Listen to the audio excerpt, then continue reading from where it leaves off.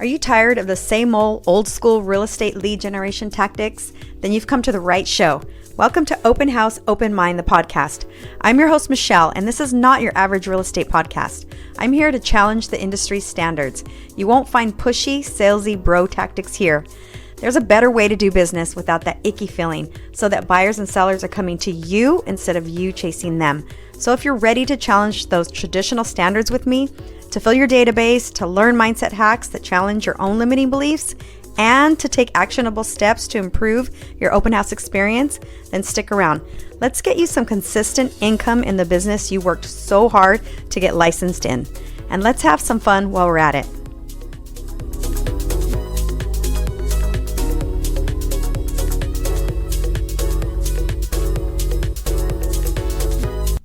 Hey there, today we're talking about vision boards.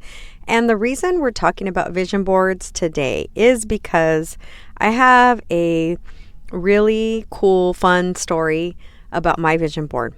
But first I want to ask, do you guys believe in vision boards?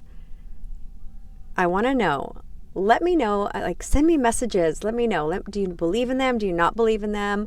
Maybe after today's episode, you'll believe in them a little bit more. But if you do, I want to hear about your vision board success stories. So I do a vision board every December for the new year. And everyone does them a little bit different. I might start changing it up, but normally I just do one and I plan it out for the whole year. What I might start doing is maybe quarterly. I know some people do a monthly. And I would really love to hear how you guys do them. How do you do your vision boards if you do them? If you don't do them, then this is a perfect episode for you because you can kind of listen and see how you might want to incorporate it if you start doing your own vision boards. But I just got back from a women's retreat, and it was a 2-day retreat, kind of like a women's circle. And it was absolutely amazing, you guys. It was up north. I'm from Southern California. It was in Northern California. And this is not a complaint at all. I'm not complaining because the retreat was worth it. But the travel from Southern California to Northern California is no joke. I mean, it was a little bit of a mission. I know there's direct flights, but whatever ended up happening with me, I took 2 flights to get there. I had a layover, and then I had to drive because I landed in Sacramento, ended up in Sacramento, and that was another 2-hour drive into Redding, and that's where the retreat was. But I just wanted to share that with you. It was kind of no joke, but seriously, completely, totally worth it. I would do it again. The retreat was just, words can't explain it. You would literally just have to go on a retreat like this. So I had no clue I was going to be going on this retreat. I literally booked it like maybe a week before the actual retreat. And so the funny thing is, and how this relates to my vision board, is that on day 2, because I was already there a day and it didn't even dawn on me, but day 2, I walk out to her front yard, and the retreat was at the person who put the retreat on. It was at her private residence, and she has a huge, just gorgeous ranch style home. And on day 2, I walked out, and they had a big fire pit going, and they had chairs like circling this fire pit, and it was all under these huge trees. I don't know what kind they were. I don't know if they were oak trees, but just the trunks of these trees were just huge.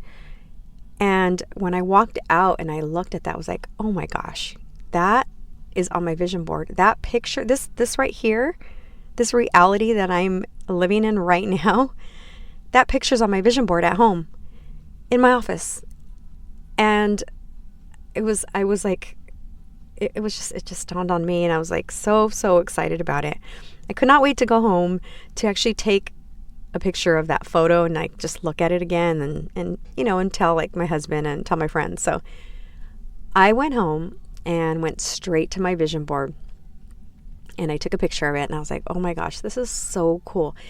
Okay, now you guys, it wasn't like I put, it wasn't like in December I said, oh, I'm going to go to a retreat up north, and it's going to be a women's circle. I didn't do any of that. I saw this photo because I in a magazine, because I like to do my vision boards from cutouts of a magazine. I know some people do them, digital. They do them on Canva, which I also do, and I put it on my phone. But I really like to get in there and I make an event out of it. I invite other women to come over and bring their magazines, and we do our vision boards together, and we maybe have cocktails and we have snacks. So it's really fun. I love doing that. I've done that the last few Decembers, and I just absolutely love it. So anyways, I come home and I take a picture of the picture, right? And it's these women sitting around a circle under this tree, which looked almost exactly like the retreat I was at. And mind you, again, I did not have any plans to go to a retreat. I didn't even know about the street. So I didn't even know the lady who put the retreat on. I met one of her mentees like about a month before, in I think March. Yeah, I believe it was March. So that was just, wasn't like, what drew me to that? I knew that I think at the time, maybe I wanted more connection. That was the thing that I was craving, is more connection with women. But I didn't know how that was going to come about. And I wasn't specific on any of that. So it was just really exciting. And so I took the photo and I was so excited about it. I wanted to tell everyone, and I showed it to my husband and I was explaining to him, and I'm all, look, this is the photo. It's in my vision board, blah, blah, blah, right? And then I had taken a picture of the actual space at the retreat to compare, to show him. And he looked at the photo and he was like, were you the only one with a hat at the retreat? Now, here's a little bit, let me back up a little bit. I don't wear hats. I'm not like a hat girl. It's not like you'll see me wearing a hat all the time. But when I got into Sacramento and I landed, I passed a Costco, and I had a lot of time because the retreat didn't start till Saturday. I was there on Friday, and I stopped at Costco. I like to I don't know, we like to do that. So I didn't really have anything to buy. I thought, let me just see if there's anything different at this Costco in Sacramento versus the Costco's in Southern California. Don't know why. I went in there. I didn't find anything different, but saw this hat, decided that I'm going to buy this hat, and really don't know why. And I decided I'm going to wear this hat. I'm not a hat person, you guys. I wore the hat at the retreat, both days, and I was the only one wearing this hat. And I remember kind of feeling like, is this weird that I'm wearing a hat? I mean, most of the retreat was indoors, but then it was raining a little bit when we went outside. So I'm like, oh, this is perfect, because my hair will get frizzy, and with the hat, it'll look fine. And I even remember saying to myself, this retreat is all about change and healing and stuff, but more change. And the hat was, to me, was like a symbol of change. It was a symbol of I can do whatever I want. If I feel like wearing a hat this weekend, I'm going to wear a hat. I'm not going to tell myself I'm not a hat person. I'm not going to, things like that we tell ourselves, I'm this, or I'm that, or I'm not this, or I'm not that. We have the power to change that. If we keep telling ourselves, these negative things, then we're always going to believe that. So we have the power to change it to positive, and that's how I looked at it. So anyways, back to the picture. When my husband looked at it, he said, were you the only one with a hat this weekend? I was like, yeah, why? What do you mean? And he's like, well, look at the picture.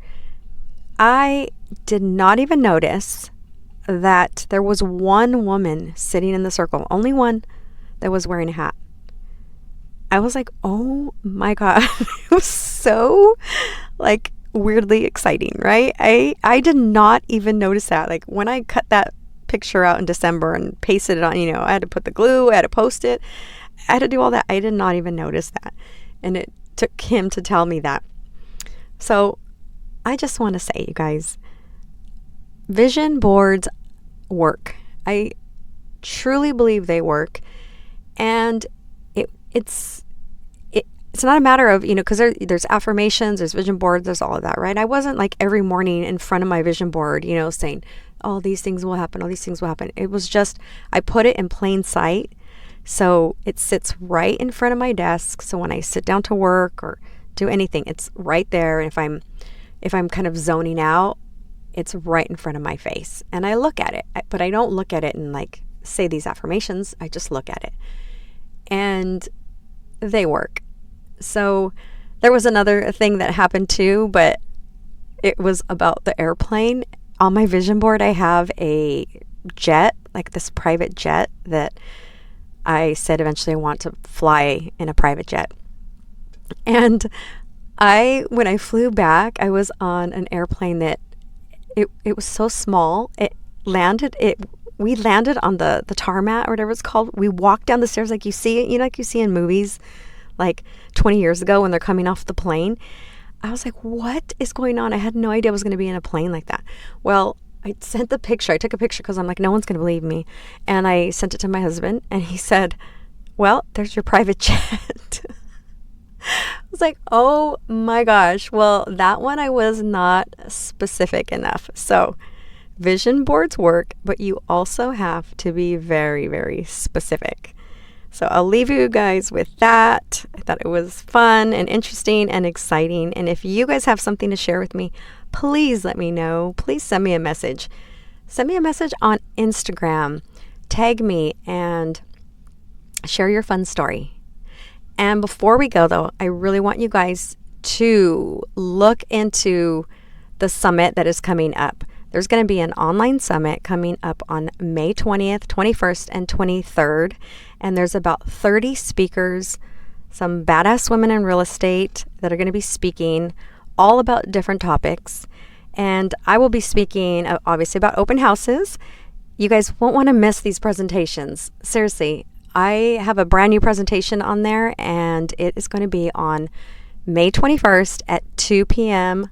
Pacific time. So make sure that you register. The link is going to be everywhere to register. If you can't find it, just let me know. But it is in the link in my bio. I really hope to see you guys there. Have an amazing weekend. Go out and book an open house and come back with an open mind. The biggest Women in Real Estate online summit is back. It's happening May 20th, 21st, and 22nd. This 3-day online real estate event is going to be amazing. Every year it gets better and better. There are some amazing powerhouse women in real estate that are going to be presenting. It is free, so you guys register. Make sure you get in there. And if you can't make all of the presentations, you can get the All Access Pass, which will give you access to all the presentations for life. You'll be able to keep them, go back to them when you need it. And these are not just fluff presentations. There's tips, there's strategies, there's actionable steps in there. There's going to be free downloads and free giveaways to the VIP members. So get in there. The link is in the show notes. The link is in my bio. Can't wait to see you there.